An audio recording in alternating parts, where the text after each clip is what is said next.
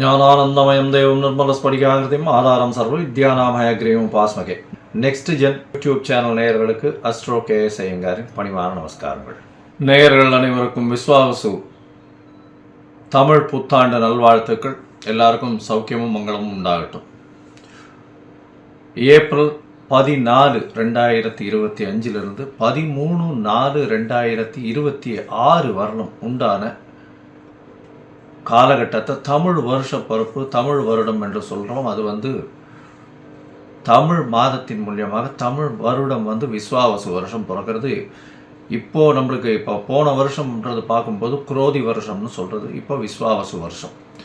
சரி, இந்த விஸ்வாவசு வருஷத்தில் என்னென்ன கிரகச்சாரங்கள், கிரக மாற்றங்கள் இருக்குது, இந்த வருஷம் பிறக்கும் பொழுது என்ன கிரக நிலைகள் இருக்குது, என்னென்ன கிரகங்கள் மாற்றங்கள் அமையிறது, பெரிய கிரகங்கள் வருட கிரகங்கள்னு சொல்லக்கூடிய சூரியன், அதாவது குரு, சனி, ராகு, கேது இவர்களுடைய மாற்றங்கள் என்ன, மாத கிரகங்கள்னு சொல்லக்கூடிய சூரியன், செவ்வாய், புதன், சுக்கிரன் இவா 4 பேரும் மாத கிரகங்கள்னு சொல்லக்கூடியது. சந்திரன் தினக்கோள், அதாவது 2.25 நாளைக்கு ஒரு ராசியிலிருந்து அடுத்த ராசிக்கு போகிறார்.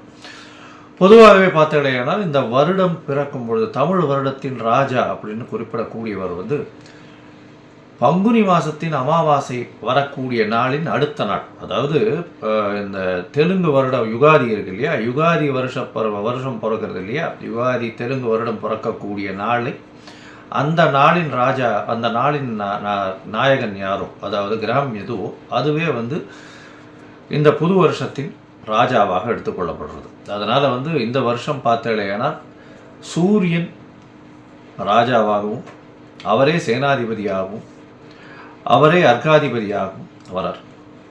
இதை தவிர பார்த்தேன்னா அதாவது சந்திரன் மந்திரியாக இருக்கார். அது எப்படி சந்திரன் வரார் அப்படின்னா, இந்த வருஷம் விஸ்வாவசு வருஷம் பிறக்கிறது இந்த திங்கட்கிழமை, அதனால் சந்திரன்.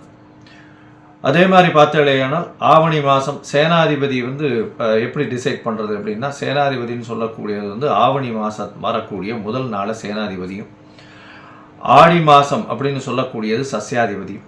இதெல்லாம் எதுக்கு முக்கியம் அப்படின்னா, சஸ்யாதிபதி அப்படின்னா இந்த விளைச்சல் எப்படி இருக்கும் அப்படின்னு சொல்லக்கூடியது. சேனாதிபதியை எதுக்கு சொல்கிறோம் அப்படின்னா, இந்த இராணுவங்கள், அதை தவிர தளவாடங்கள், அதை தவிர நம்முடைய பாதுகாப்பு, இதை ஆளக்கூடியவர் யார் அப்படின்னா சூரியனாக இருப்பார் இந்த வருஷம். அதனால் என்ன ஆகும் அப்படின்னா, இந்தியாவினுடைய பொதுவாகவே இந்த லா அண்ட் ஆர்டர் ரொம்ப ஸ்ட்ராங்காக இருக்கும். மிகவும் கடுமையான சட்டங்கள் பாயக்கூடிய காலகட்டமாக இருக்கும். ஏன்னா சூரியனே ராஜாவாக இருக்கார். அதை தவிர வரிகள் கொஞ்சம் அதிகமாக இருக்கும், விலைவாசி கொஞ்சம் அதிகமாக போகக்கூடிய வாய்ப்புகள் நிச்சயமாக உண்டு. இதை தவிர பார்த்தாலேனால் இந்த செவ்வாய் உங்களுக்கு அதாவது இந்த வருஷம் தனாதிபதினு சொல்லக்கூடியவர் செவ்வாய். தனாதிபதி அதாவது தானியாதிபதினு சொல்லக்கூடியவர் செவ்வாய். தானியங்கள்லாம் விளைவிக்கிறதுக்கு செவ்வாய்ன்றதுனால நெருப்பின் மூலியமாக தானியங்கள் அதாவது லாஸ் ஆகக்கூடிய வாய்ப்புகள் மிகவும் அதிகமாகும். அதை தவிர தானியங்களுடைய ஸ்கேர்சிட்டி கொஞ்சம் அதிகமாக இருக்கும். அதாவது தானியங்கள் கிடைக்கிறதுல கம்மியாக இருக்கும். அதன் மூலியமாக விலைவாசிகள் ஏறக்கூடிய வாய்ப்புகள் மிகவும் அதிகம்.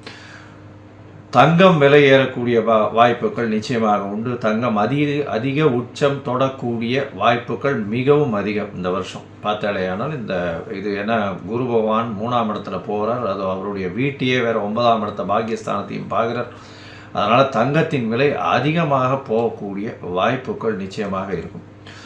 அதை தவிர பார்த்தாலேயானால் இந்த வருஷம் மழை கொஞ்சம் அதிகமாகவே இருக்கும். ஆனால் தேவையான அளவிற்கு மேல் பெய்யும், தேவையான இடத்தில் பெய்யாமல் போகும். தேவையான இடத்தில் பெய்யாமல் போகும்னா நகரங்களில் கொஞ்சம் அதிகமாக பெய்யக்கூடியதாக இருக்கும். இதன் மூலியமாக இந்த வெள்ளம் வர்றது, அந்த மாதிரியான பிரச்சனைகள் கொஞ்சம் அதிகமாகவே இருக்கும்.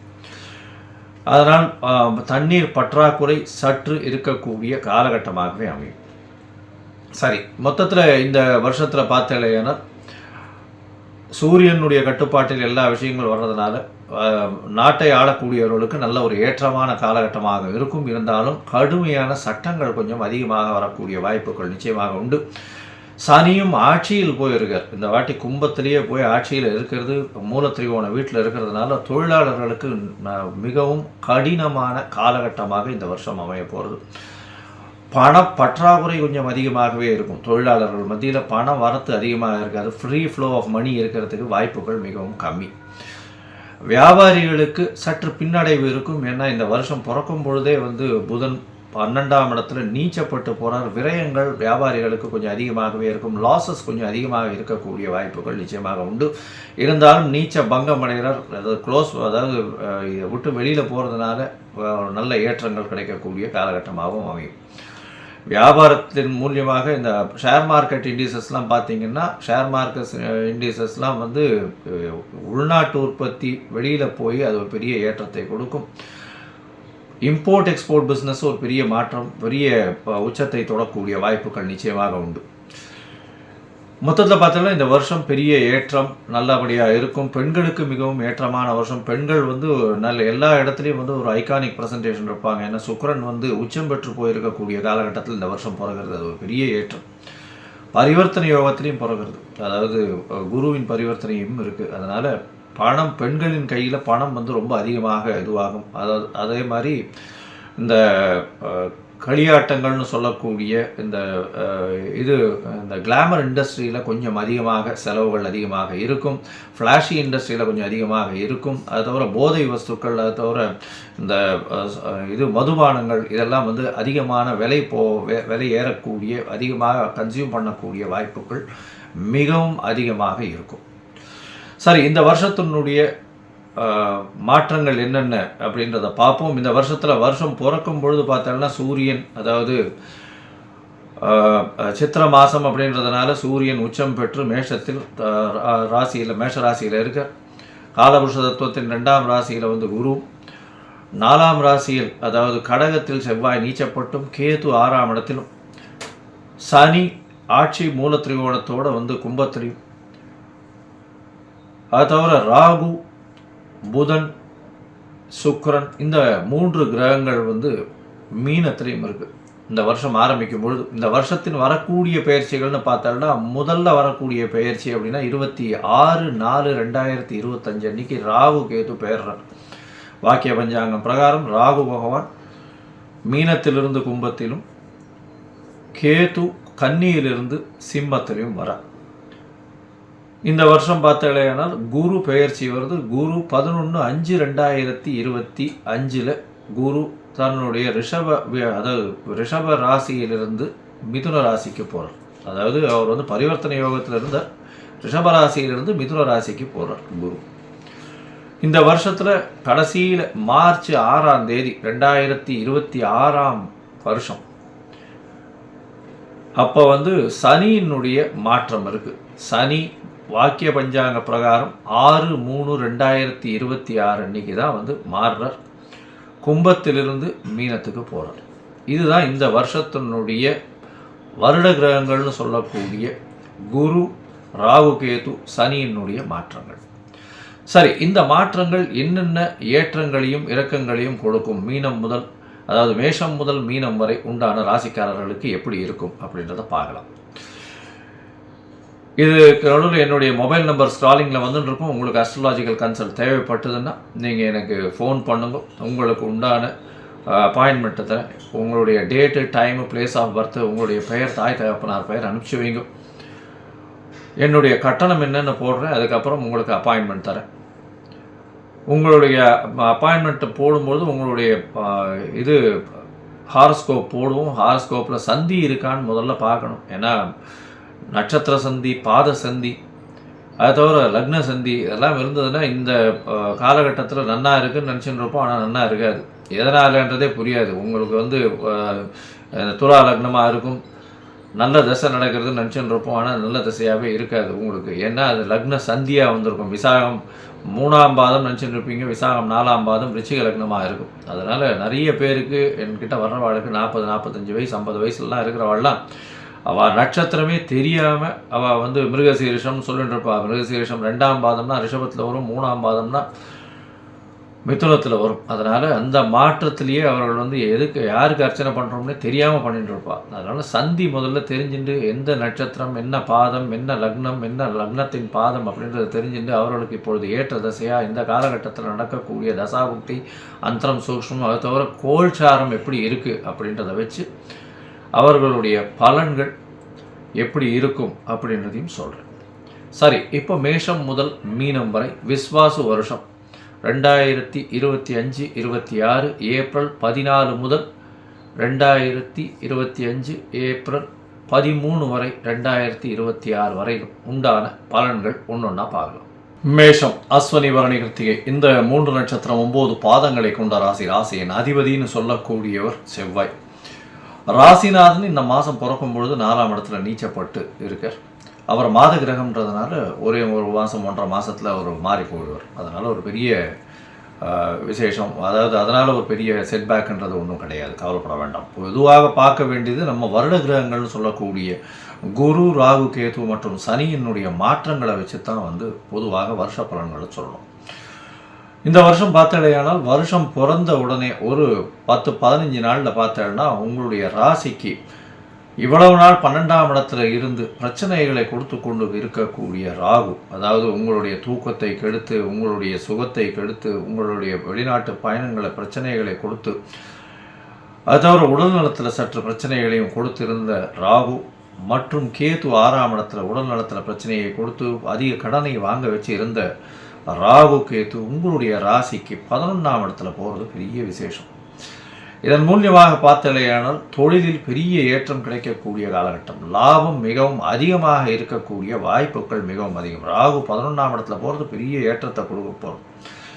எல்லா விதமான விஷயங்களிலும் வெற்றி கிடைக்கும். அதனால் 11ஆம் இடத்தில் ராகு நினைத்த காரியங்கள் நினைத்த இடத்தில் நடக்கக்கூடிய காலகட்டமாக அமைப்போகிறது. இதன் மூலியமாக எது நினைத்தீர்களோ அது உங்களுக்கு சேரும். அதனால் கவலைப்படவே தேவையில்லை. 11ஆம் இடத்தில் ராகு இருந்தால் அபரிமிதமான ஒரு மாற்றங்கள் ஏற்றங்கள் இருக்கக்கூடிய வாழ்வில் பெரிய ஏற்றங்கள் இருக்கும். இந்த ராகு கேதுவின் பெயர்ச்சி உங்களுடைய வாழ்வில் பெரிய மாற்றத்தை ஏற்படுத்தக்கூடிய காலகட்டம். அதன் மூலியமாக இந்த விஸ்வாவசு வருஷம் பெரிய ஏற்றத்தை கொடுக்க போகிறது. ராசிக்கு 5ஆம் இடத்துல கேது பகவான் உட்கார்றதுனால குழந்தை பிராப்திக்கு பார்த்து கொண்டிருப்பவர்களுக்கு சற்று பின்னடைவு இருக்கக்கூடிய வாய்ப்புகள் நிச்சயமாக உண்டு. ஏன்னா சனியின் பார்வையும் இருக்குது, கேதுவினுடைய இது 5ஆம் இடத்துலையும் இருக்குது. அதனால் குழந்தை பிராப்திக்கு பார்த்து கொண்டிருப்பவர்களுக்கு கொஞ்சம் பிரச்சனைகள் இருக்கும். அதனால் கொஞ்சம் பொறுமையாக இருக்கிறது நல்லது.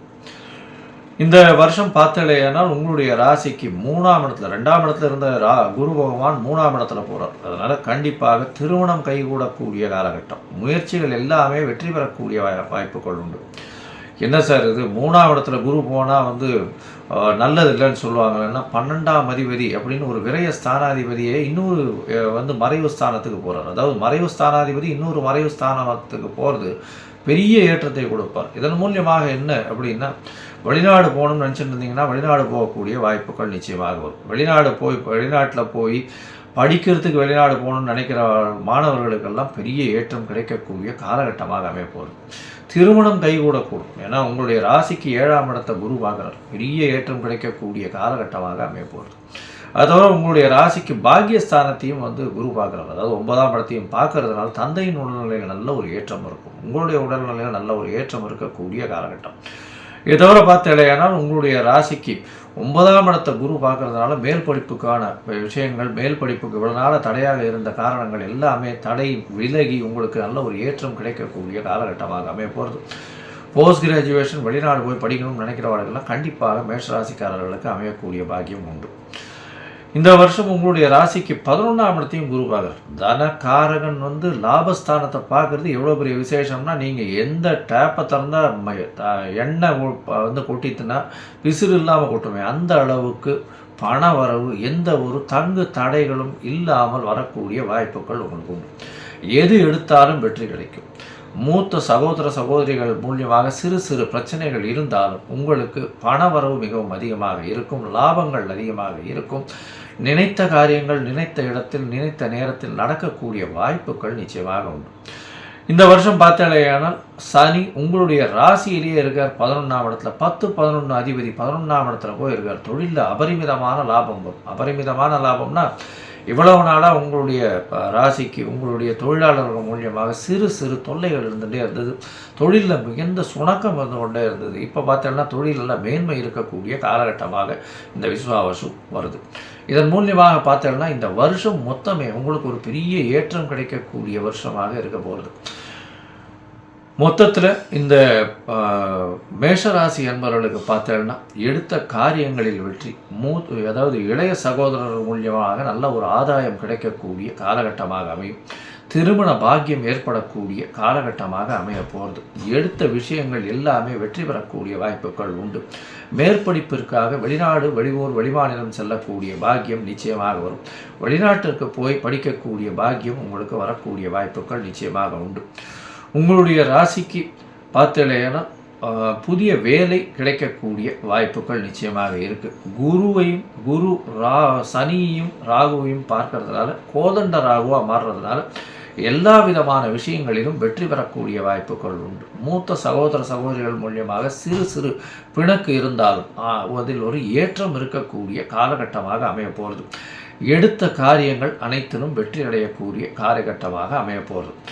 இந்த மேஷராசிக்காரர்கள் யோக நரசிம்மரை போய் வழிபட்டு வர்றதும் அவருக்கு ஒரு சிவப்பு கலர் துணி வஸ்திரதானம் கொடுத்துட்டு வர்றதன் மூலியமாகும் எல்லா விதமான ஏற்றங்களும் கிடைக்கும். அதுவும் இந்த மேஷராசிக்காரர்கள் இந்த செங்கல் மண் ஜல்லி இந்த மாதிரியான வியாபாரம் இரத்த சம்பந்தப்பட்ட டாக்டராக இருக்கிறவர்கள் இவர்களுக்கெல்லாம் மருந்து சம்பந்தப்பட்ட மருத்துவமனை சம்பந்தப்பட்ட அதை தவிர ரியல் எஸ்டேட் பண்ணுறவங்க நெருப்பு சம்பந்தப்பட்ட தவிர சமையல் கலை வல்லுநர்கள் இவாளுக்கெல்லாம் பெரிய ஏற்றம். அதை தவிர உடற்பயிற்சி செய்கிறவங்க இந்த யூனிஃபார்ம் சர்வீசஸில் இருக்கிறவங்க ஐபிஎஸ் அந்த மாதிரியான கேடர்ஸில் இருக்கிறவங்க ஆர்மி நேவி இந்த மாதிரியான விஷயங்கள் இருக்கிறவங்களுக்கெல்லாம் பெரிய ஏற்றம் கிடைக்கக்கூடிய காலகட்டமாக அமையிறது. இந்த வருஷம் பெரிய ஏற்றமான வருஷம். இந்த வருஷத்தில் 85 விழுக்காடு உங்களுக்கு எல்லா விதமான வெற்றியும் கிடைக்கும் அப்படின்றத சொல்கிறோம்.